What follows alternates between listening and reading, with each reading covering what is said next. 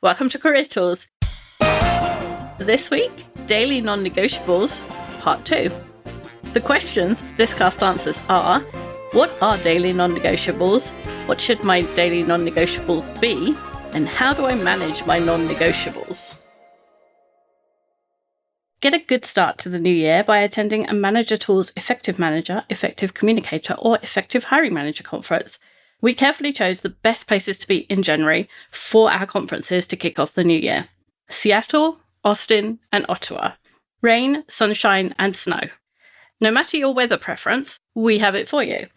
There's probably nothing on your calendar yet for January, and training is always an inspiring way to start the new year. So check training off your list by going to the Manager Tools website and registering now.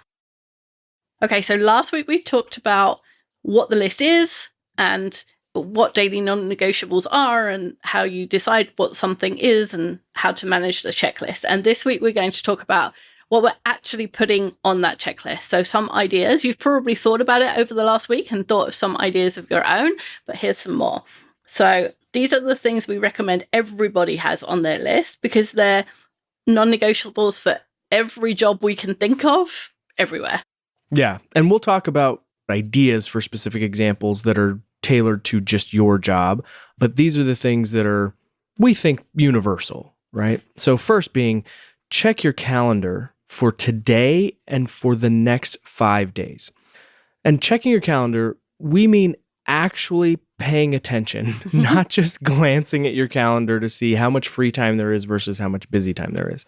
So this allows you to accomplish 3 things.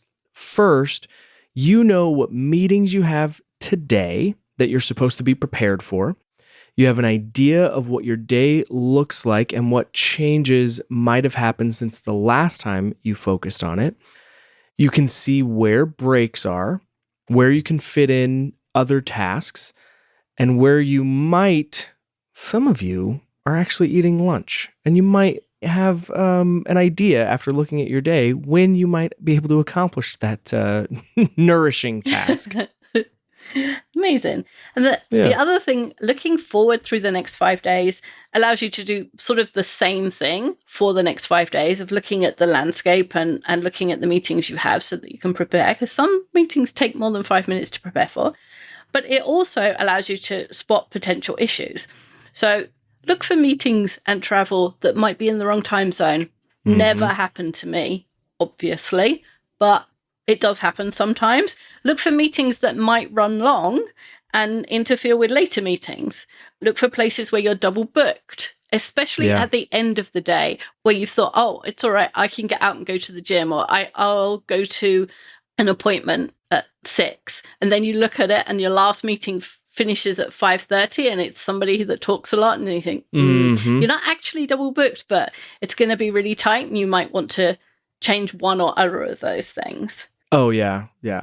I know that it never happens to you, but there have been a few times where if I'm traveling, I'm on the road and I'm in a different time zone and I'm on a call with someone and I have to schedule a follow-up meeting or something like that. I'll put it in my calendar and I either forget that I hadn't updated the time zone I was in on my calendar or I did and didn't realize it or something, and I'll get back to the time zone I live in. I live in Pacific, and I'll look at it and I'll go, wait a minute, that's not right. That doesn't seem right. That doesn't look right. But I'm catching it 3 or 4 days ahead of time, which is so much better than, hey, where are you? Are you coming to this thing? Oh, I hate that moment. You can also look for things that you don't need to do on your calendar. Maybe there's a recurring meeting that's not happening this week or not happening at all anymore that you can take off. Maybe there's something you look at and you think, oh, that person's on vacation this week, so I'm not doing that. Well, and look for places you can get your important work done and protect those spaces. So maybe when you look at it, you can see 5 days ahead. In 4 days' time, I've got a morning and nobody's scheduled anything. Okay, I'm going to block that off for something that I want to do that takes a lot of thinking time. Absolutely. What this comes down to is looking at your calendar on a regular basis puts you in control of your calendar rather than your calendar controlling you. Invitations will come in and you'll have a time to decide whether to accept, whether it's a good use of your time, whether you could delegate that. Maybe that's an opportunity for one of your directs to learn something new. Instead of just blindly clicking accept and thinking, I'll worry about it later. Which is what we do when we're busy. We just, yes. yes. It's in a week. I don't need to think about it right now, right? And this task, looking at your calendar, even paying attention to your calendar like this, takes less than 5 minutes. And it has all of those benefits. It really does have a significant effect on your productivity if you do it daily. Our next point is check email 3 times per day. If you've listened to Manager Tools or Career Tools, you've probably heard us say our recommendation is to check email 3 times a day. We have a podcast in the ecosystem that is email 3 times a day. And that means that you're only processing, reading, answering, and writing email during 3 pre-scheduled times each workday. Early in the morning, middle of the day, and near the time when you go home. This is the way that you don't live in your inbox. Your job is not to do email.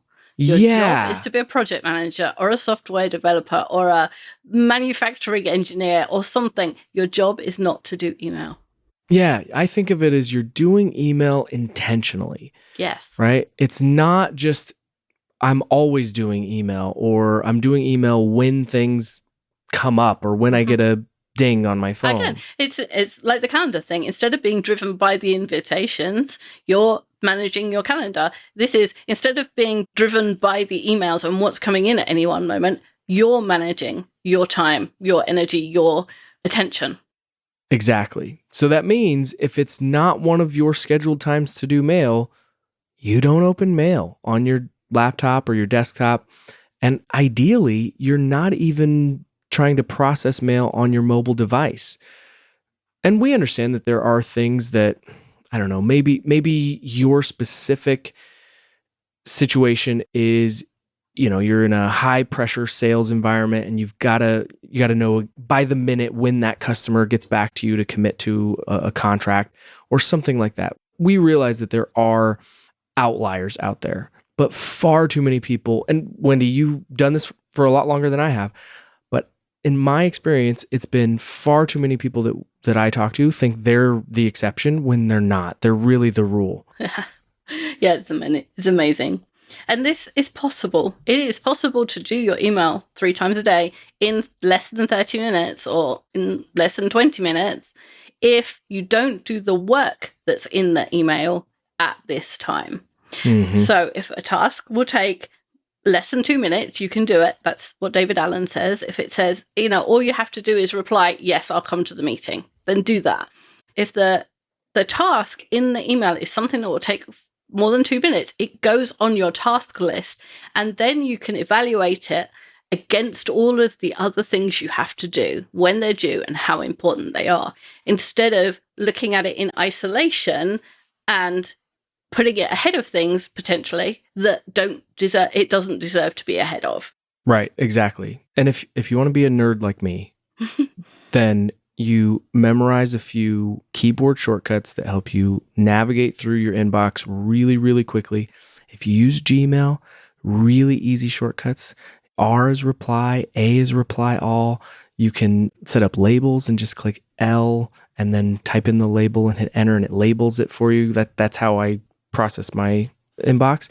Every email client has that stuff. Yes. So there's lots of ways to find efficiencies. Yeah. And the important, I guess, extra point to this is you don't process email outside of these times.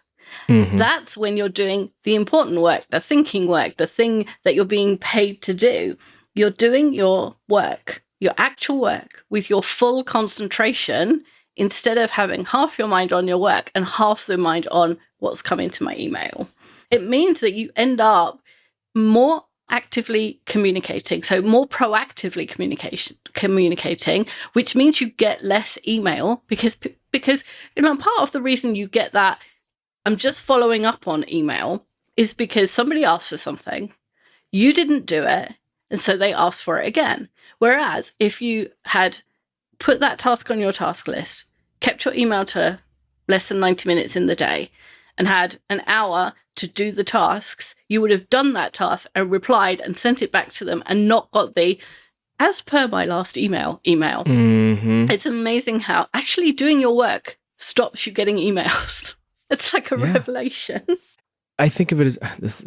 People don't even drive manual transmissions anymore, but I think of this as you're spending less time in neutral, right? Yes. This allows you to go from first to second to third to fourth and do the work that you need to do without this limbo of just idling in neutral in your inbox.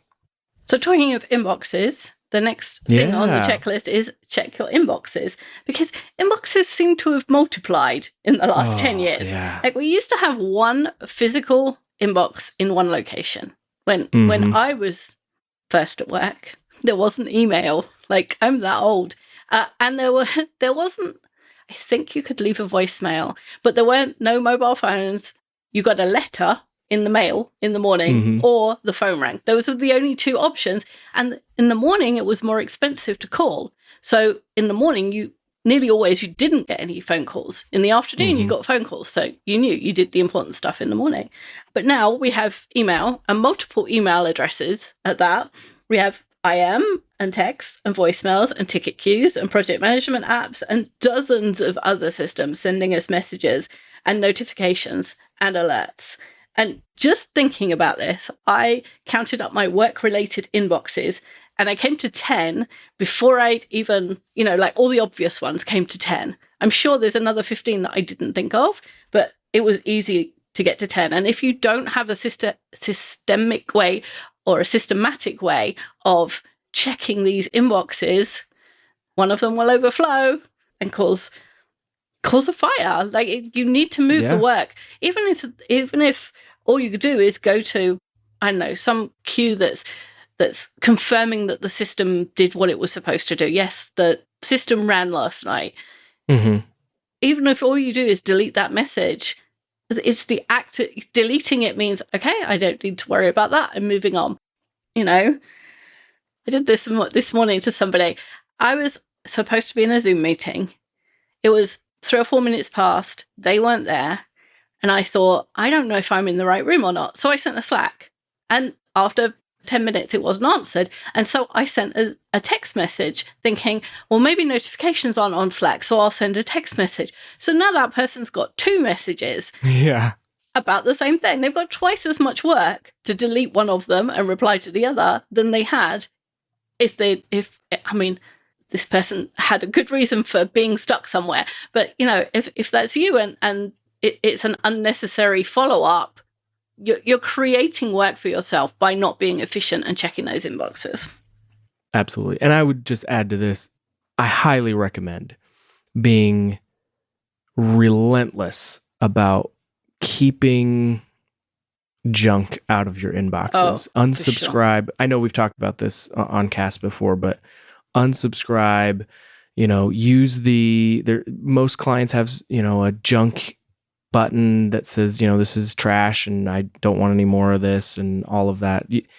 Just do what you can to limit the potential for some of these inboxes to just absolutely spiral out of control. And you get all this junk that then, of course, you start emergency scanning, which is the alternative to doing email 3 times a day and doing it the right way, is you start emergency scanning because you're like, there's too much crap in here and I know there's something important in here. Well, part of that is just have less crap in there by being a little more diligent. Unsubscribe. Yeah. Because like the systems, you sign up for a system because, some services and software because you have to, because you need it for your job. And then they start sending you messages like, are you satisfied? So, it doesn't matter whether I'm satisfied. Someone told me to sign up for it. And then here's some tricks for using a thing. And, you can get an email a day from some of the systems, and it's just creating clutter, basically. It's entirely clutter. I've gotten over this. It took me a little while, but I know people who are still like this. They're like, I still kind of want to have this just in case I want to look at it or whatever. And if that's the case, take the extra couple minutes, create a folder and a rule that says everything from, I don't know, text expander. I'm going to say, I like looking at those little things, but I don't really want them in my inbox. So I like the tips and tricks, but I want them when I want them. So what I'm going to do is just create a folder, have all of them go into that folder, and then create a rule for that folder that says anything older than 3 months is automatically deleted, or anything bigger than 10 messages, the 11th one gets deleted. Something like that. And then have it separate so you can go to it, but it's not part of your, 3 times a day you're going through and looking at that email. If you really want to see it, it's there. You can see it. If you have 15 people or more to train, then it's much more cost effective for us to come to you. A manager tools training has something for everyone. Whether your team member is an aspiring manager, a new manager, an experienced manager, or a senior manager, everybody gets something out of the effective manager training. Whether it's a new tool or a technique or a different way of looking at things, even if it's just hearing from other people what their experience of management is like in your company, there's something in it for everyone. So email Maggie at customerservice@manager-tools.com. She'll be happy to work out the best way for us to deliver training to you. Okay, so next up, check your task list. It's kind of obvious, right? But moving tasks from your email and your other inboxes and putting them on your task list is not at all helpful if you don't actually check the list and review it. And this daily check is not a full review. If you've read Getting Things Done, I think a full review takes half an hour to 45 minutes at the end of the week. Yeah, but this is a quick check to make sure that the task you added actually made it onto the task list. Because if you're doing this daily and you look at the task list on Tuesday and you think, wait a minute, didn't somebody ask me about Chicago yesterday? And I don't see a task for Chicago. Because it's only 24 hours, you're likely to be able to see if there's one missing. If you wait a week, you'll never remember. So that's one. Make sure that they've all got due dates or a tag or whatever filtering mechanism that you use. Just make sure they all got there. And it's easy when you're working quickly to forget that the task needs a due date, or you do whatever quick input there is for your task list and it asks for a due date and you think, I can't think of a due date right now, so I'll just, press enter and it'll go onto the task list. But you do need to then make sure, if you sort your task by due date, that it has a due date. Otherwise, it will never come to the top and remind you that you need to do it. Absolutely. There's another thing that quick review does. We talked about this a little bit. There's some psychology to this. That quick review often gives you a little bit of dopamine, gives you that quick hit of dopamine. And as you realize that several things probably got done without you even checking them off. Yes. Right? There's nothing like work being done when I don't notice. It's so good.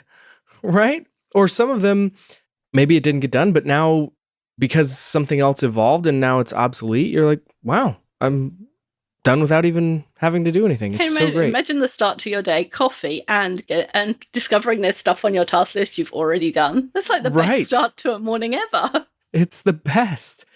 And I think the last thing we got to talk about is that quick review helps you prioritize the tasks that are due today. So if you do sort by due date and you can look at everything that's due today, and we don't need to look 6 months from now or even a month from now. We're just looking at today. We're looking to make sure that what's here today, and then are the subsequent days, do those make sense, right? We're just doing a quick review. We're not building the yellow brick road to Oz. We're just looking at this first row of yellow bricks. And yeah, it's just helpful to make sure it's accurate and then ask, of course, based on what's due today, what do I need to do first? And that's always really helpful. And if you don't have anything due today, kudos to you. And yeah. And then you can say, okay, well, what's due tomorrow? And get ahead and start looking again, not several weeks from now, but just tomorrow or the next day. Next up, clean your desk. until now, we've been talking as if the checklist exists in the morning, which most of those tasks you do have to do in the morning. I guess you don't have to check voicemail in the morning, but you have to do it once a day, but it doesn't need to be morning. But there's an implication that most of these are morning tasks. But actually, the checklist can have midday things. It could have end of day things. It could have things I have to do by 11 o'clock on it. It could be anything. But one of the end of day tasks that we recommend everybody has on their checklist is clean your desk before you go home, or if you're at home, clean your desk before you go to another space in your house. Because it's a nice habit that means that you start every day clean and fresh. It takes less than 5 minutes to put the trash away, just get the surface clean, put the plates back in. I don't know about you, but I end up with at least 3 mugs at the end of the day on my desk. Oh, yeah. So taking those back to the kitchen, put everything back where it belongs. And when I last worked in a really big building, if your desk wasn't clear, it didn't get cleaned. And right. So if the people that had messy desks, it got messier and dirty because it was never cleaned, whereas tidy desks were always clean. And it's nice because you come into calm in the morning rather than adding to the chaos. Absolutely. It's just that feeling of starting fresh, starting with a clean slate. Yeah. It's funny because I never thought of this as on my list, but now I work from home and I've let it slip a little bit. I'm not as good at keeping my desk clean at home as I was in the office. And I remember I was so good at keeping my desk clean that my boss actually asked me once or twice, "Are you planning on leaving, or are you like, is there something you should tell me?" And I was like, "No, what do you mean?" And she was like, "Well, your desk is clean." And I was like, "Yeah, I try to keep my desk clean." She's like, it's almost like you haven't even moved in yet. You've been here for 6 months. And I'm like, no, I'm here. Everything's just put away where it's supposed to be. And on the other hand, as we said, these are hygiene factors. They don't get you ahead, but they provide a negative. I used to work with somebody and our boss was driven nuts by the fact that she always had a dirty cup on her desk. And she worked part-time. So Wednesday night, she would leave it. And then on Monday, and it was empty. It didn't go moldy or anything. It wasn't that. It was just, right. It was just not clean. And my boss used to walk in and be absolutely incensed by it for no reason. It was one of those things that got on her nerves. And when she was talking about that person and something went wrong, it would be, this happened, she didn't do it right, blah, blah, blah, and the cup is on her desk still. Oh, yeah. You know? It was just the and.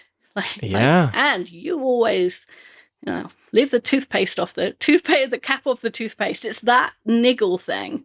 Yes. Oh, quick side note, just for anyone listening with kids, I found the miracle thing with toothpaste. And I only know this because other parents that I've talked to have issues with kids. So I'm going to give you the key.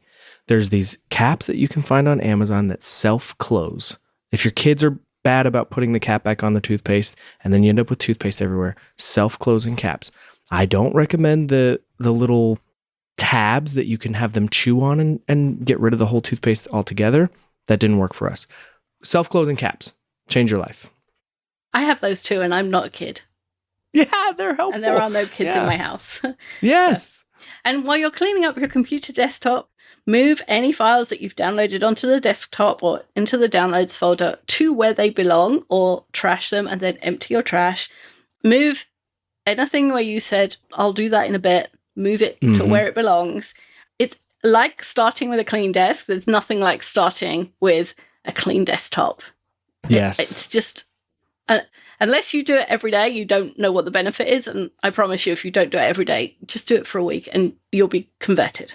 I will tell you, I was terrible about this until I got, I saw somebody who had their desktop background was, I think you've seen mine. Yours is fancy. It has little like bookshelves and you put the icons of your files on the shelves and it just looks really cool and neat, but it's very clear when there's something out of place. Yes. And I see it. And right now I have 4 things that I took screenshots of that are sitting on my desktop, and I'm like, I got to get rid of those. They're out of place. They're wrong. They're not supposed to be there, right? But if it's just cluttered with all the other crap, I don't notice it, and it just blends in. So, and we share our screens so much now. Oh yeah. In the last 5 years, I think sharing screens has become just, I must do it at least once a day. And there's nothing like somebody seeing what's on your screen to make you think, what impression is that actually giving? So the last thing on our checklist is add your list. So hopefully you've been thinking about it. We've inspired some thoughts. What are your daily, weekly, monthly non-negotiables in your job? You want to put them on your checklist. And so we have another list to prime your pump of ideas. And we've kept them fairly generic so that they will apply to the maximum number of people. Yeah, you could start with checking on project status, right? You've definitely got some projects that either you're running or you're a part of, or maybe you're kind of a fringe player on some of these projects. Always good to have a little, primer to remind yourself, just check on how that thing is going. You could send status updates, right? Something, that's a quick 2-minute red, yellow, green. Here's where we are. Here's where this is. And we talk about this all the time. Even saying there's no change is communication. So could be that. Could be checking customer interactions, right? Maybe you've got people who comment on things that you have out, on the web, or maybe you have a forum. We have forums on our website, and when we check those on a regular basis. Could be scheduling meetings. Could be as you go through and you look at that, you look at your calendar today and the next 5 days, and you go, hey, you know what? I don't have a meeting with Wendy, so I need to get something on the calendar for that. It could be entering data into a system.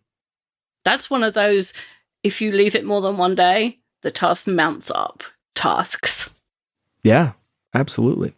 Could be checking statistics, right? Could be user statistics on your platform or your website. Could be statistics on who is accessing certain files that you post or you own. It could be prep items for meetings, right? Printing out agendas, getting agendas posted to meeting invites. Could be any of that. Practicing.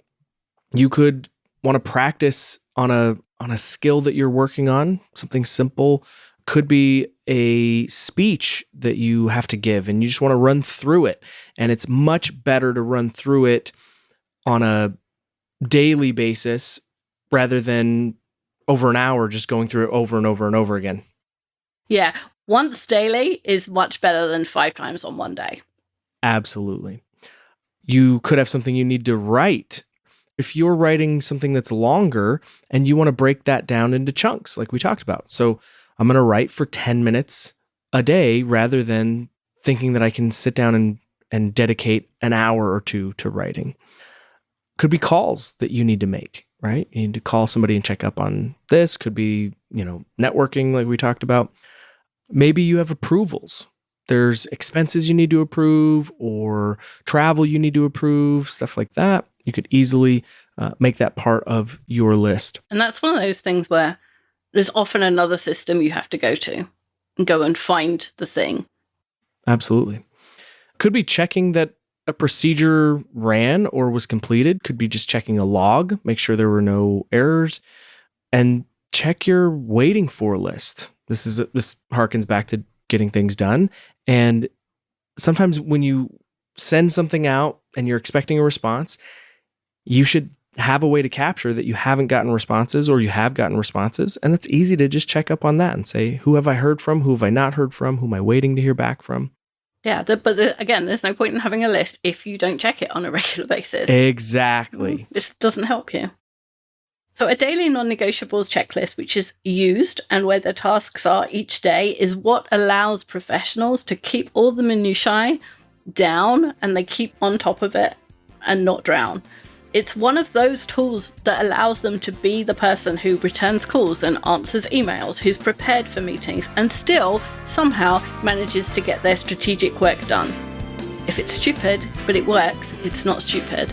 It might sound stupid, but we promise you it works. Thanks, Andrew. Thanks, Wendy. We'll be back next week with a new topic. Bye, everyone. Bye, everyone.